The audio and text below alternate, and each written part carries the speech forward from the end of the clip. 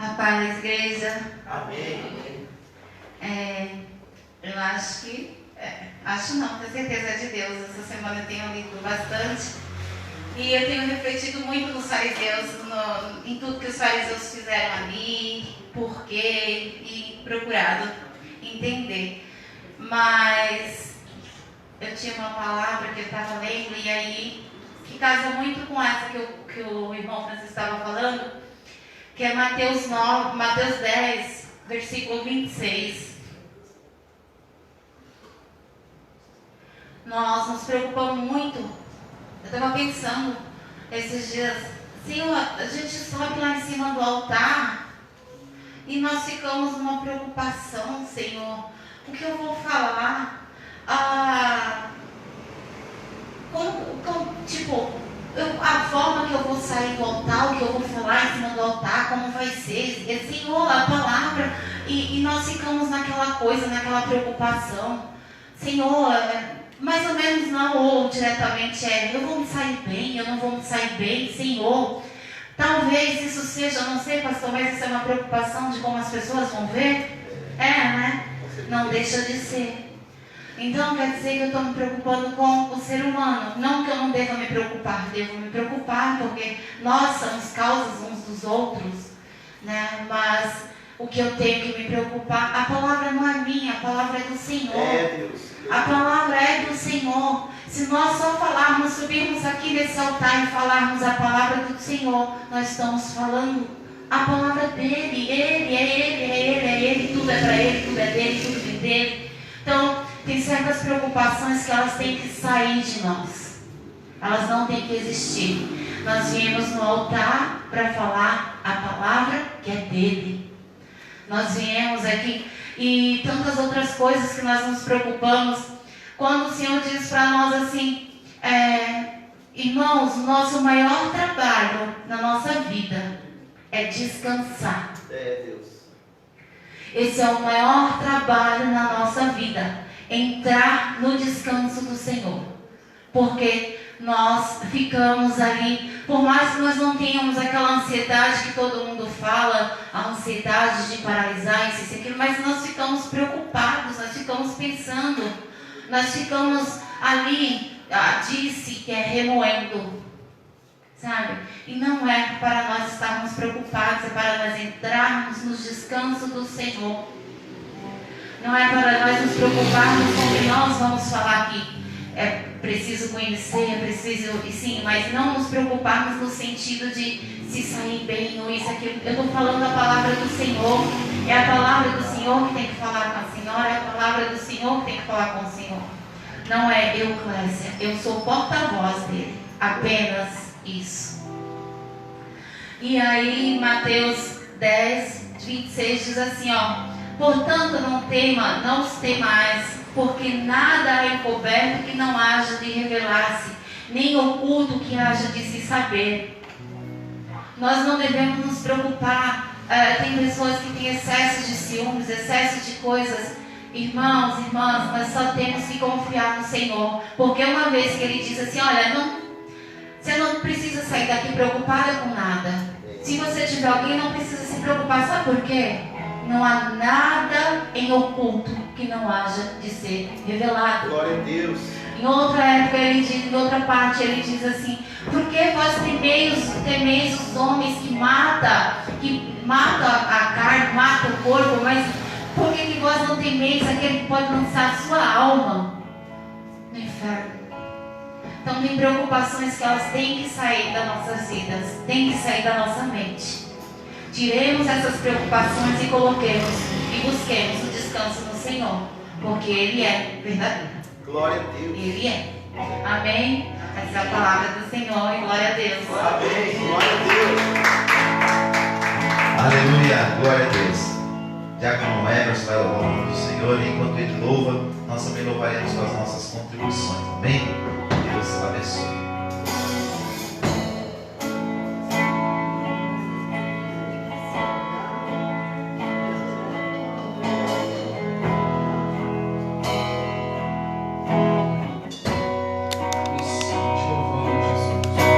Senhor, nós apresentamos diante de Ti, Senhor, cada oferta.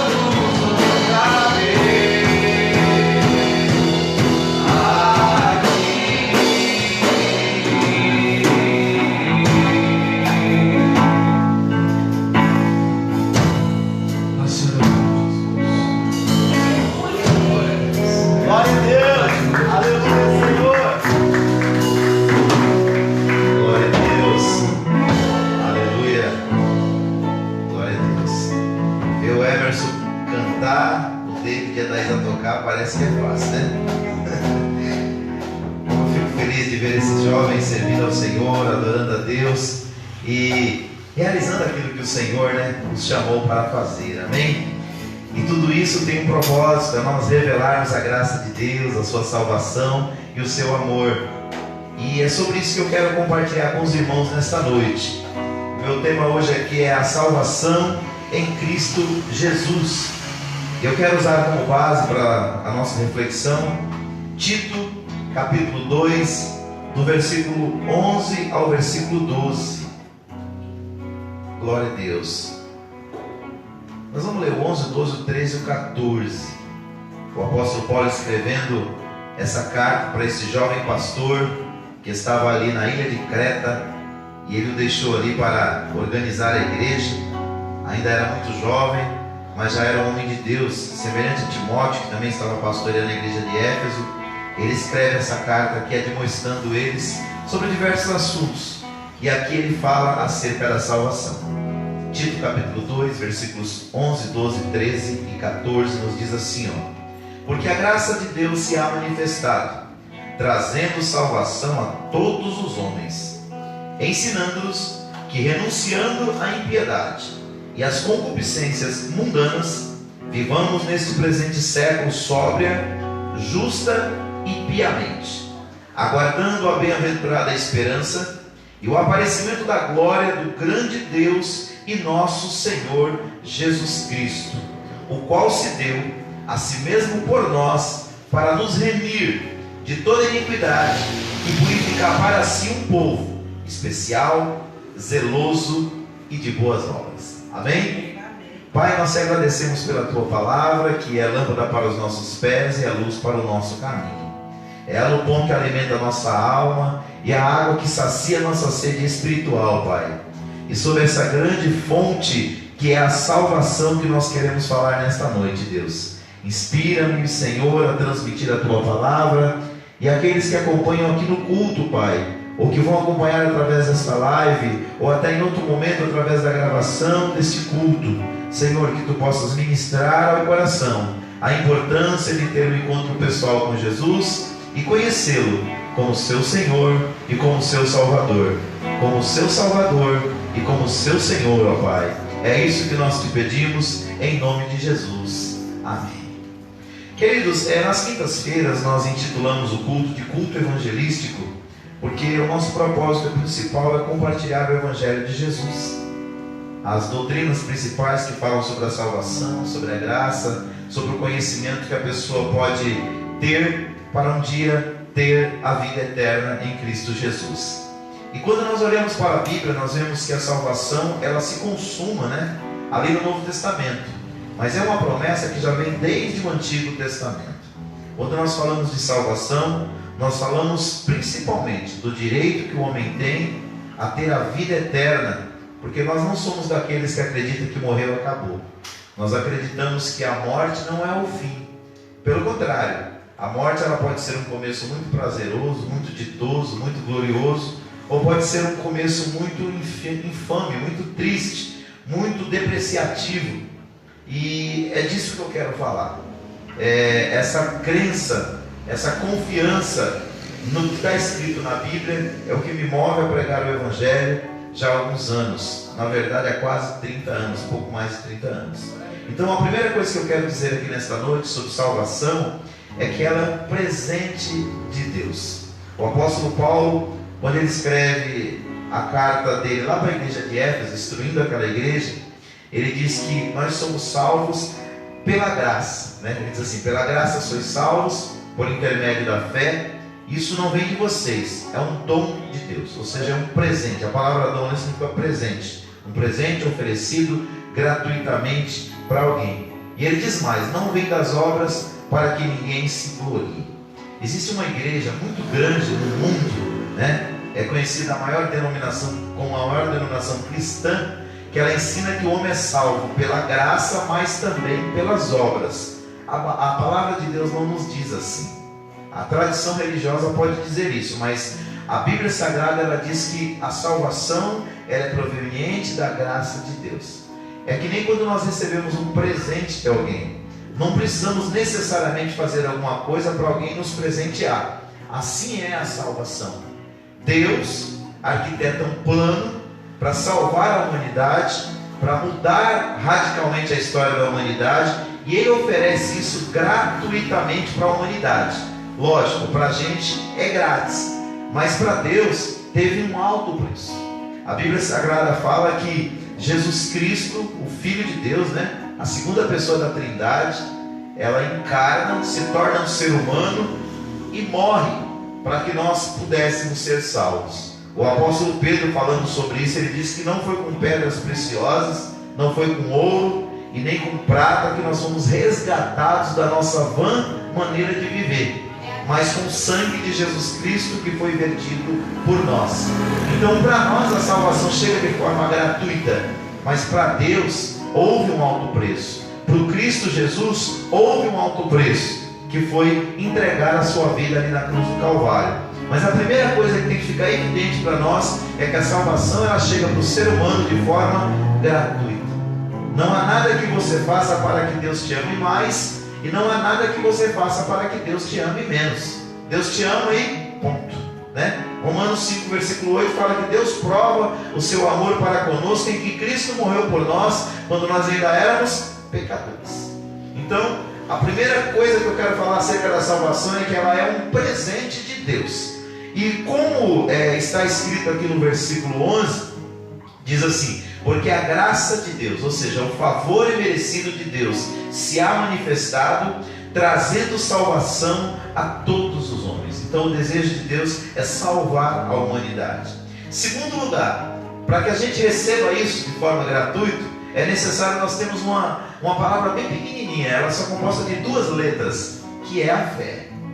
A Bíblia fala que sem fé é impossível agradar a Deus, porque é necessário que aquele que nele crê, aquele que se aproxima dele crê que ele existe e crê que ele galardoa aqueles que o buscam.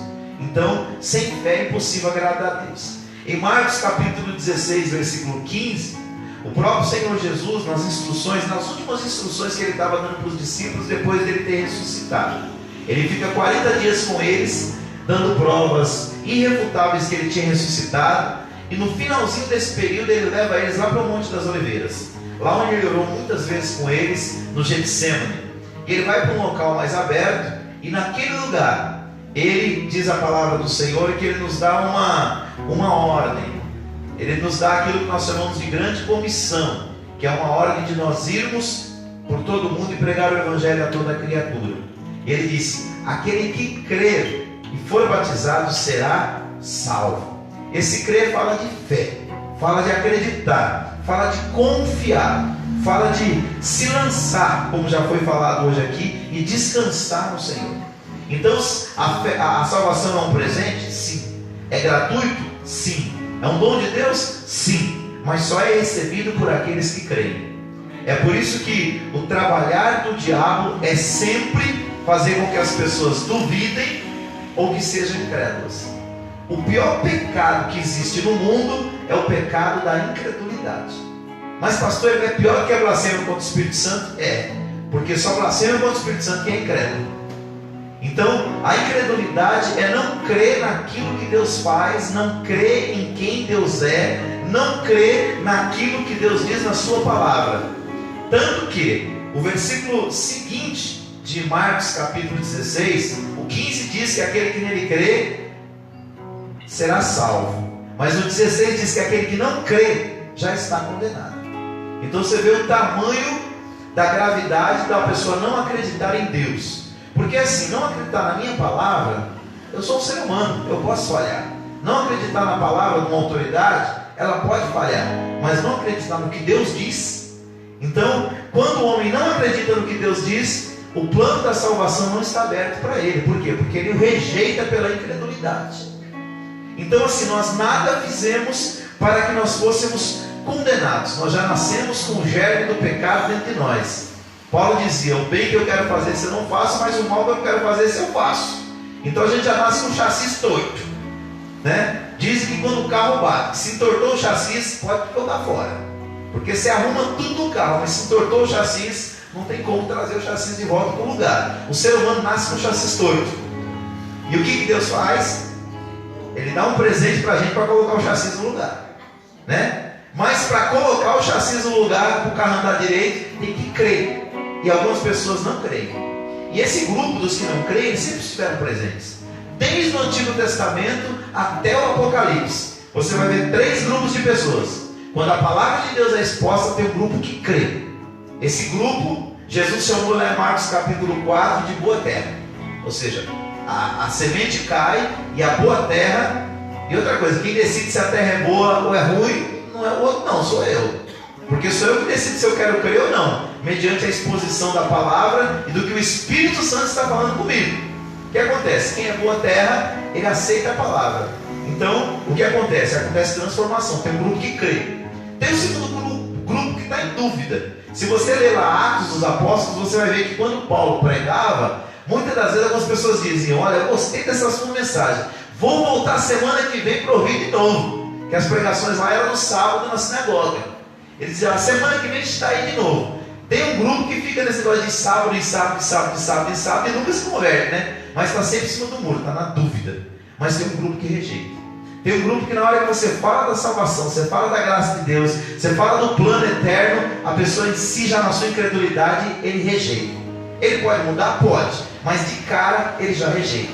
Então, são 3 grupos, são 3 tipos de atitudes, são 3 tipos de reações que a gente pode ter quando ouve o plano da salvação. O primeiro é receber. Peraí, eu me identifico com esse negócio, eu preciso desse Salvador, eu preciso dessa salvação, esse presente eu quero para mim.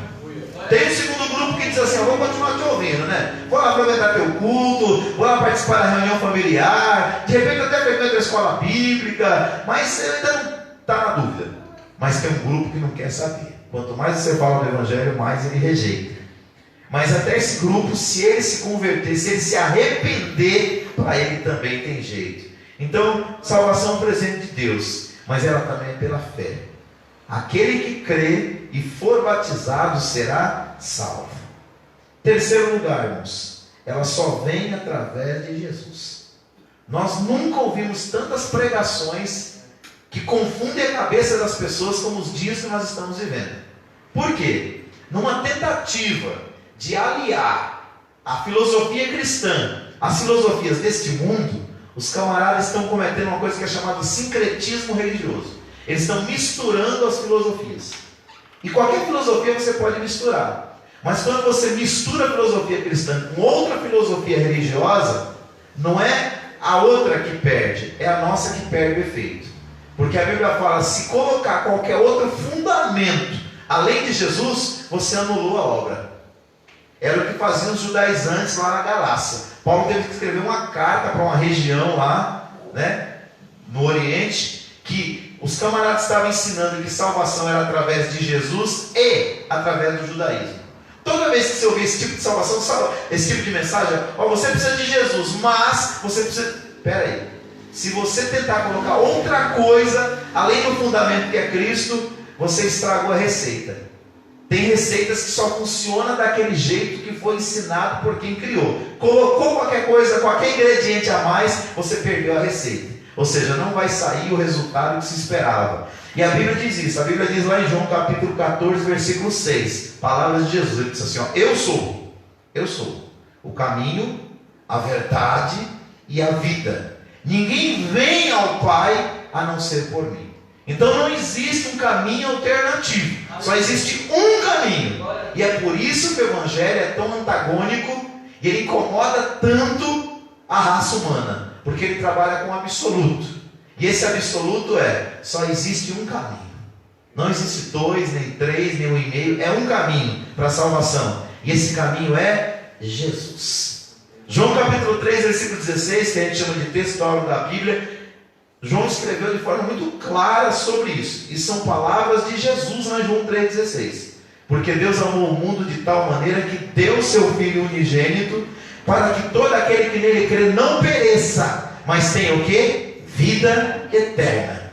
É aquele que crê em Jesus. Não é aquele que crê em Paulo, não é aquele que crê em Pedro, não é aquele que crê em João. É aquele que crê em Jesus. Quando esses homens pregaram esta mensagem e os homens creram nele, foram salvos. Tanto que Paulo diz assim: sede meus imitadores como eu sou de Cristo. Você só deve imitar Paulo quando Paulo está imitando Jesus. Quando Paulo deixa a carne dele bradar e ele age de uma forma disforme ao Evangelho, nós não devemos imitá-lo. Isso vale para qualquer pessoa que é líder religioso. Você só deve imitar um líder quando ele está imitando Jesus. Então, a salvação, por exemplo, de Deus, a salvação é pela fé e a salvação vem através de Jesus. Paulo, lá em Atos capítulo 4, versículo 12, nós encontramos a seguinte expressão. Se eu não me engano, foi Pedro que disse isso. Deixa eu ler lá para mim, para eu não errar. Atos capítulo 4, versículo de número 12. Diz assim, falando sobre o nome de Jesus acerca da salvação. E em nenhum outro há salvação, porque também debaixo do céu nenhum outro homem há, nenhum outro nome há, dado entre os homens, pelo qual devamos ser salvos. E foi por isso que Paulo foi decapitado. Paulo não foi decapitado porque ele pregava o Evangelho de Jesus. Ele foi decapitado porque ele pregava que só o Evangelho de Jesus salvava. Ele pregava que não havia outro Deus. E César se considerava um Deus, o imperador romano. Então, já que você acha que eu não sou Deus, então você morre. Ele falava: eu morro, mas só existe um que traz salvação. E o nome dele é Jesus. Então, salvação é presente de Deus. Salvação é pela fé. Se não crer, não tem jeito. Terceiro, salvação só vem através de Jesus, não é através da Assembleia de Deus, né? Tem gente que tem um negócio com a denominação. A denominação é bom, faz parte um pouquinho da nossa identidade, mas fora isso, não serve mais para mais nada além disso, né? O que salva é Jesus. Não importa se ele está sendo pregado na Batista, na Presbiteriana, na Metodista Wesleyana, na Igreja Universal, na Mundial do Poder de Deus ou na Assembleia de Deus Jardim Letícia. Se pregar o Evangelho de Jesus e o homem crê no Evangelho de Jesus, na pessoa de Jesus, no plano salvífico, ela está salva, independente da denominação. É por isso que a gente não pode ficar julgando quem vai ser salvo e quem não vai ser. Por quê? Porque muita gente acha que a salvação é um monopólio de uma denominação, e não é. A salvação é um relacionamento com Deus através da pessoa de Jesus. Se você conseguir ter esse relacionamento em qualquer canto do mundo ou da terra, você está salvo. Agora, você não pode ser a melhor das igrejas, a mais velha, a mais tradicional, a mais santa, a mais. Se dentro dela a pessoa não conseguir ter um relacionamento sério com Jesus, vai ficar muito tempo na igreja. Mas um dia, quando chegar lá, Jesus vai falar assim: rapaz, não te conheço não. Mas rapaz, isso por ser até demônio no teu nome, mas não te conheço, né? Então, ela só vem através de Jesus, certo? Que isso fique claro para nós. Quarto lugar, ela é a alternativa para os condenados. Romanos capítulo 3, versículo 23 diz que o salário do pecado é a morte. Primeiro, morte física. Todo homem só morre porque pecou. Se o homem não pecasse, o homem não morreria. O homem morre porque pecou. A morte entrou no mundo desde o dia que Adão pecou. Então, primeiro, a morte, ela paga. A Bíblia fala que a quem nós apresentarmos os nossos membros para sermos servos ou escravos, ela vai ser nosso Senhor. Aí ele fala, ou do pecado para a morte, ou de Deus, de Jesus, para a salvação eterna. Então, Romanos 3, 23, do capítulo 1 até o capítulo 3, Paulo vai discorrendo. É a epístola soteriológica da Bíblia, Romanos. Ele fala só de salvação, do primeiro capítulo até o último. Se não me engano, são 16 capítulos. O foco dele é salvação. E ali ele fala do pecado primeiro do judeu, depois do pecado do gentio e depois do pecado da humanidade toda. E depois ele passa a regra, ele diz assim: todos pecaram e destituídos foram da glória de Deus. Ou seja, debaixo da condenação todos nós estamos por causa dos nossos pecados. Mas aí no capítulo 6, no versículo 23, ele repete essa sentença do pecado. Ele diz assim, que o salário do pecado é a morte. Mas o dom gratuito, mas a salvação, ela vem em Cristo Jesus. Olha lá, porque o salário do pecado é a morte, mas o dom gratuito de Deus é a vida eterna por Cristo Jesus nosso Senhor. Então, o que é a salvação? É a alternativa para os condenados. Ou seja, quando a pessoa está condenada, ela não tem outro caminho a correr a não ser para um advogado que tente reverter a sua situação diante do juiz. É o que Jesus faz, né? Hoje Jesus é advogado, mas a Bíblia fala que um dia ele vai mudar de patente, ele vai se tornar juiz. Tem muito advogado que começou como advogado e hoje é juiz. Então, até o dia do juízo final, um dia antes do juízo final, Jesus será o quê? Advogado. Feliz essas coisas nos escrevos para que não pequeis. Mas se alguém pecar, tendes um advogado para com Deus o Pai, Jesus Cristo justo. Então ele é advogado hoje. Mas um dia ele vai tirar a capa de advogado, né? Promotor de defesa, e vai virar juiz. E lá, como juiz, ele só vai bater o martelo e dar a sentença, certo? Porque é isso que o juiz faz, né? Ele ouve a todos e depois, mediante a lei, ele bate o martelo e determina a pena, certo? Então, a alternativa para os condenados é a salvação. Como? Através de Jesus Cristo. Como? Recebendo o presente de Deus. Como? Pela fé. Como? Através de Jesus.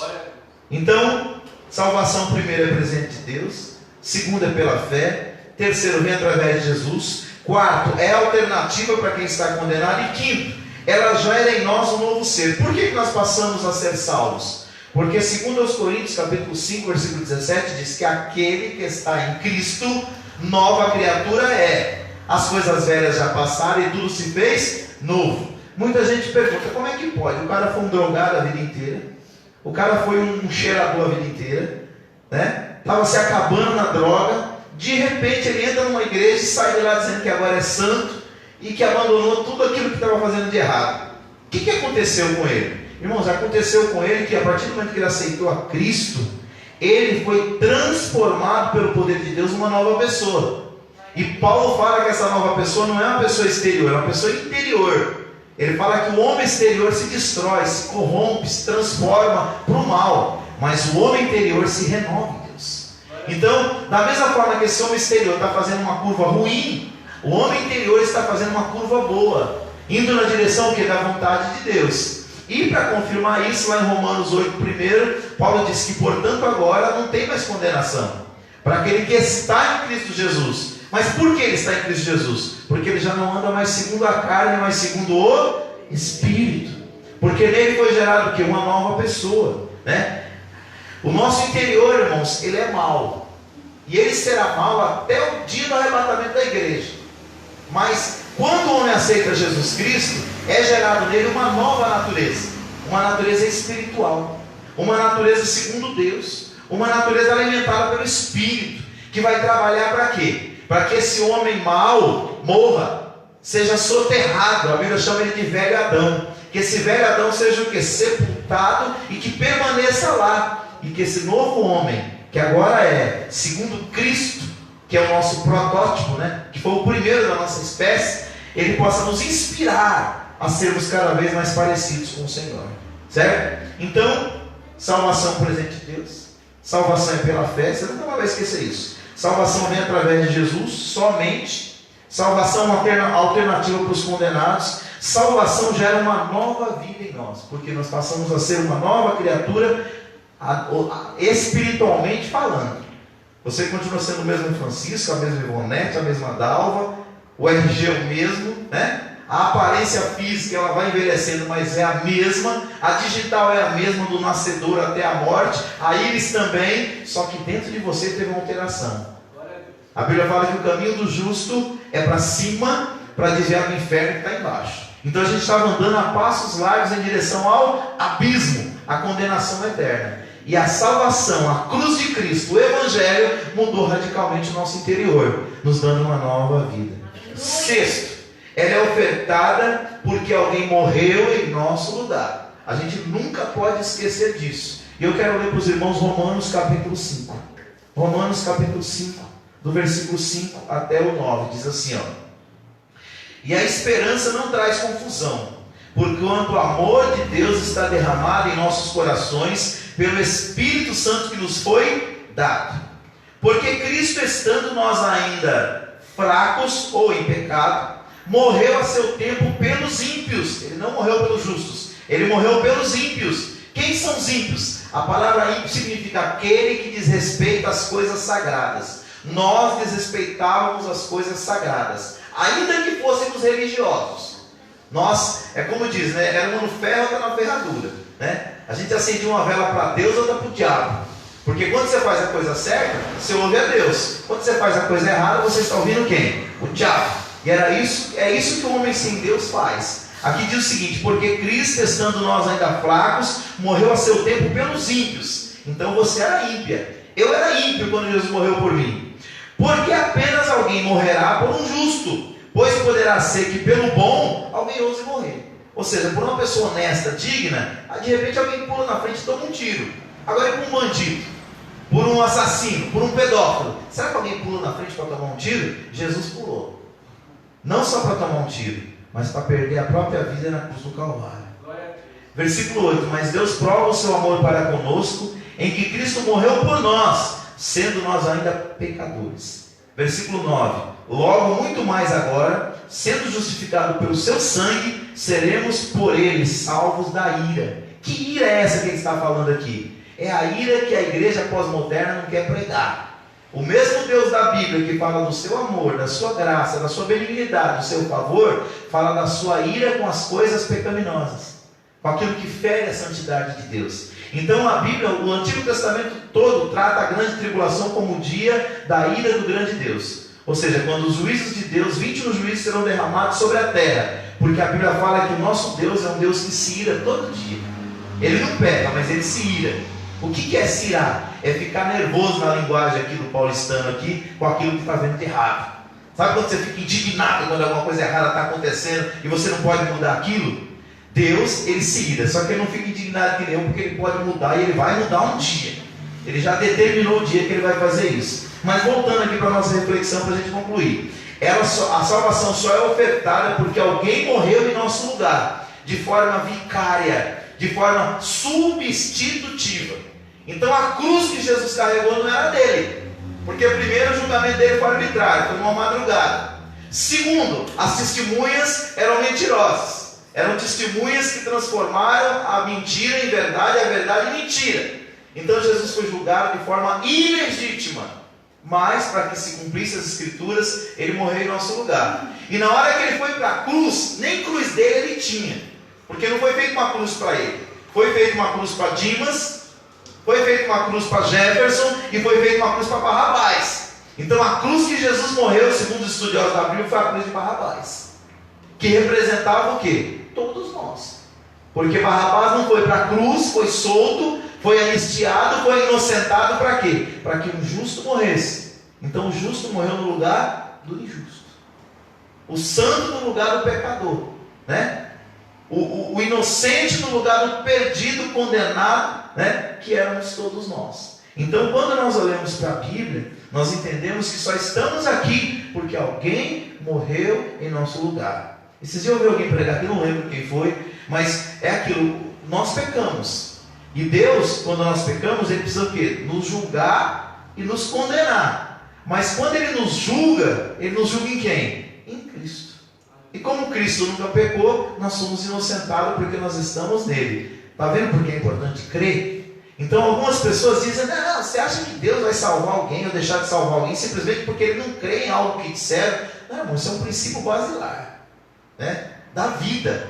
Quando nós não acreditamos em alguém, nós estamos dizendo que esse alguém é um mentiroso.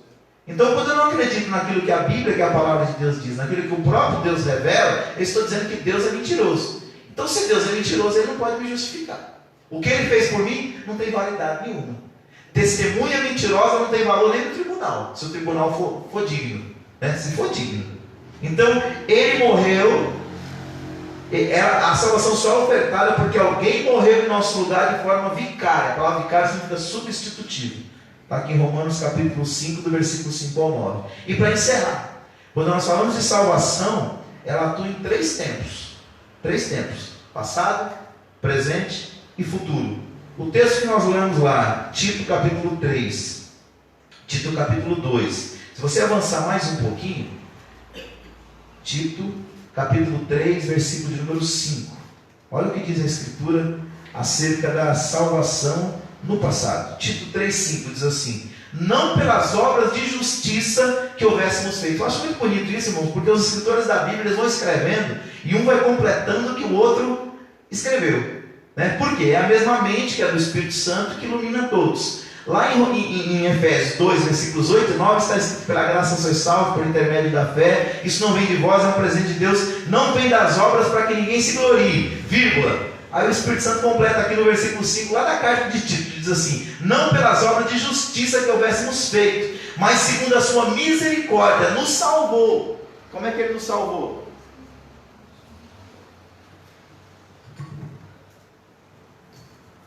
Como é que ele nos salvou? Abre o canal aí, por gentileza. Abre o canal. Só abre o canal, está acabando já. Som. Como é que ele nos salvou? Aqui diz, ó, não pelas obras de justiça que houvéssemos feito, mas segundo a sua misericórdia, nos salvou pela lavagem, da regeneração, da renovação do Espírito Santo. Então o homem, quando ele recebe por fé o Evangelho de Jesus, o sacrifício de Jesus pela vida dele, ele é regenerado. Diga assim: regenerado. Regenerado. Então no passado nós somos regenerados. O que é um homem regenerado? Quando uma pessoa vai para a cadeia por causa do crime que cometeu, lá dentro da cadeia, ela reflete sobre aquela atitude dela. E quando ela sai, ela não volta para o crime, a sociedade diz que esse homem se regenerou. Tem muita gente assim, cometeu um crime, ou até tinha uma vida errada e foi parar na cadeia, mas ele sofreu tanto na cadeia com aquilo que aconteceu com ele, que ele se regenera. Ele fala: cara, eu vou catar papelão na rua, mas eu não pego mais um centavo de ninguém, porque eu me regenerei. Isso é regeneração humanamente falando. Espiritualmente falando, a regeneração fala de uma transformação interior, que está lá em 2 Coríntios 5,17, que faz do seu espírito um novo espírito, que faz do seu homem interior um novo homem. Ou seja, no passado o Senhor nos regenera. Mas eu disse que a salvação também tem relação com o presente e com o futuro. No presente, o que a salvação faz em nós? Ela nos santifica. Quando você lê lá 1 Tessalonicenses, capítulo 5, versículo de número 23, 1 Tessalonicenses 5, versículo 23, olha o que disse Paulo, ele estava escrevendo para os crentes, para a igreja: e o mesmo Deus de paz vos santifique em tudo, e todo o vosso espírito, alma e corpo sejam plenamente conservados, irrepreensíveis, para a vinda de nosso Senhor Jesus Cristo. Fiel ao que vos chama, o qual também o fará. Do que ele está falando? Que no presente existe um processo de santificação de Deus. Santificação, como todos já sabem, significa separação e consagração. Deus nos separa para Ele. E através do Espírito que agora habita em nós, a partir do momento que recebemos a Cristo, o Espírito Santo vai nos moldando. É por isso que eu digo sempre: não se prega, para a pessoa que ainda não aceitou Jesus, acerca dos pecados dela, que ela tem que se libertar. A gente prega que ele é pecador, mas o processo de libertação, de transformação dos pecados acontece com o discipulado. Por quê? Primeiro eu reconheço que sou pecador, certo? Aí Jesus vem morar dentro de mim com o Espírito Santo. Então de dentro ele vai me convencendo dos meus erros, dos meus pecados, fica tudo mais fácil. Agora, se eu tentar mudar a pessoa de fora para dentro, eu só vou tentar enfiar nela uma religião.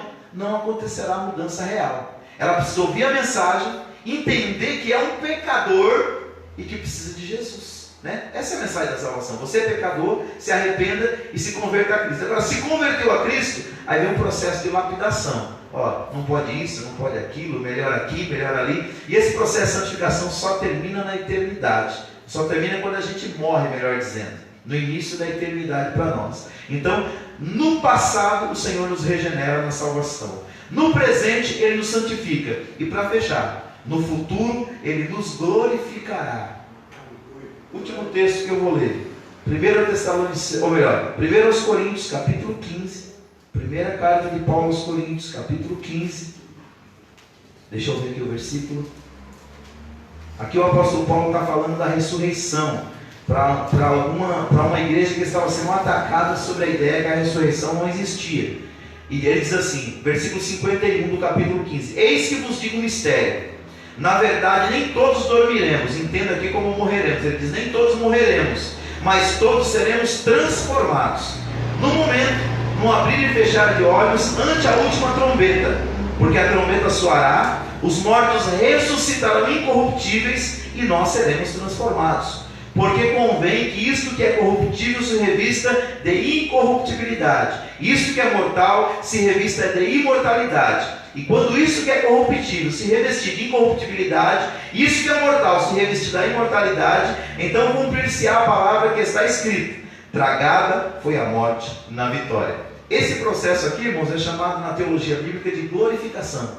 Então, no passado somos regenerados por Deus, no presente nós somos santificados por Deus no processo da salvação, e no futuro nós seremos glorificados. O que é a glorificação? Todo aspecto humano mortal desaparece. O homem passa agora a ser revestido de imortalidade. E tudo que é corruptível, a palavra corruptível significa destrutível. Tudo aquilo que é destrutível se revestirá de indestrutibilidade. Ou seja, teremos um corpo físico e espiritual não sujeito mais às leis da física, semelhante ao corpo de Jesus. Lembra o corpo que Jesus ressuscitou? Ele não precisava bater numa porta para entrar. Ele aparecia e ele desaparecia. É o corpo que é prometido para os santos, amém? Porque no capítulo 15 aqui, Paulo chama Jesus de primícia dos que dormem, ou seja, o primeiro dos que morreram, que ressuscitou para nunca mais morrer. Então, irmãos, guarda no seu coração: salvação é um presente de Deus. Salvação é pela fé. Salvação vem através de Jesus e somente através de Jesus. Salvação é a alternativa para quem está condenado. Salvação gera em nós um novo ser, uma nova pessoa, uma nova criatura. Salvação só é ofertada porque alguém morreu em nosso lugar. Para a gente chega de graça, para ele foi um alto preço. E por fim, ela atua em 3 tempos: passado, presente e futuro: regeneração, santificação e glorificação. Eu disse que era o último versículo, mas quando eu estou lendo a Bíblia eu não resisto à tentação. Deixa eu ler mais um aqui. Irmãos, a salvação não foi oferecida só para 144 mil eleitos. A salvação não foi oferecida também só para aqueles que foram eleitos segundo a presciência de Deus, para que todos os outros fossem condenados. 1 Timóteo capítulo 2, versículo 6 está escrito assim, ó: porque há um só Deus e um só mediador entre Deus e os homens, Jesus Cristo homem, o qual se deu a si mesmo em preço de redenção por todos, para servir de testemunho ao seu tempo. Então, irmãos, o desejo de Deus, como nós lemos lá em Tito, capítulo 2, do versículo 11 ao 12, é que todos se salvem. Feche com a palavra que eu li no início. Tito capítulo 2, versículo 11 diz assim: porque a graça de Deus se há manifestado, trazendo salvação a todos os homens. Aqui não está todos os homens judeus, todos os homens calvinistas, todos os homens arminianos. Não, a salvação foi trazida para todos os homens. Pergunta: todos serão salvos? Não. Se crer, sim. Se crer, sim. Agora todos vão crer? Aí está. Então, irmãos, o projeto de Deus não é salvar só a mim, só a você. A salvação de Deus, o desejo dele é salvar a todos.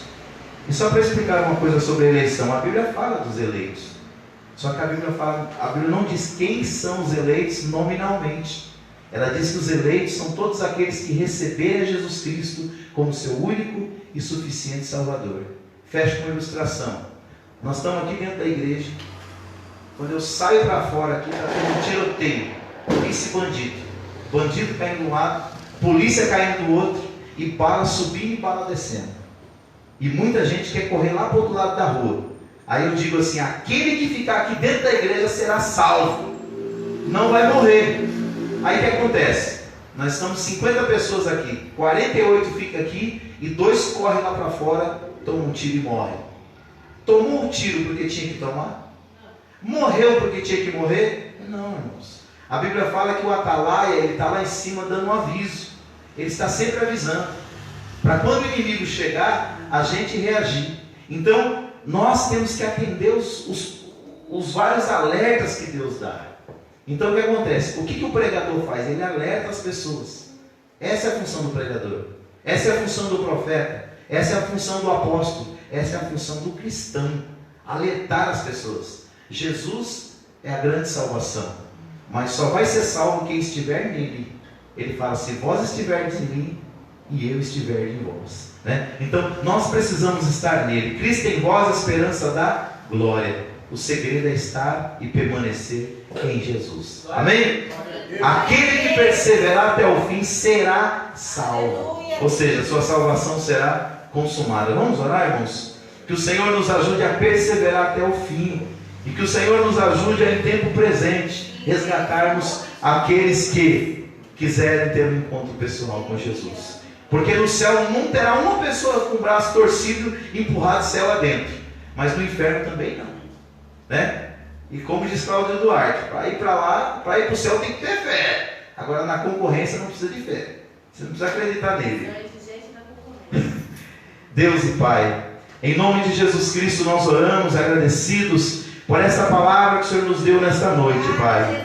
Falando acerca, Pai, do bem mais precioso que nós podemos ter, que é a salvação em Cristo Jesus. Pai, não nos deixe confundidos, Senhor, com tantos ventos de doutrina que estamos vendo e ouvindo nesses últimos dias. Não existe salvação, ó Pai, a não ser em Jesus Cristo, nosso único e suficiente Salvador, que deu a sua vida para nos salvar. Senhor, essa pessoa que nos acompanha por essa live, ou por essa gravação em outro dia, que agora o Senhor colocou diante, meu Deus querido, deste vídeo, para ouvir uma mensagem de salvação, que ele possa reconhecer que ele é pecador, se arrepender dos seus pecados e receber a Jesus Cristo como seu único e suficiente Salvador. Aquele que caiu, ó Pai, levanta, ajuda ele a ficar de pé, Pai, e restaura a sua fé e a sua esperança e o seu amor em Ti, Pai. E aquele, meu Deus querido, que está de pé, firmado no Senhor, que olhe para que não caia, mas que persevere até o fim, até o dia que o Senhor vier buscá-lo individualmente ou coletivamente junto com a Tua igreja, Pai. Que essa esperança esteja viva em nossos corações, em nosso espírito,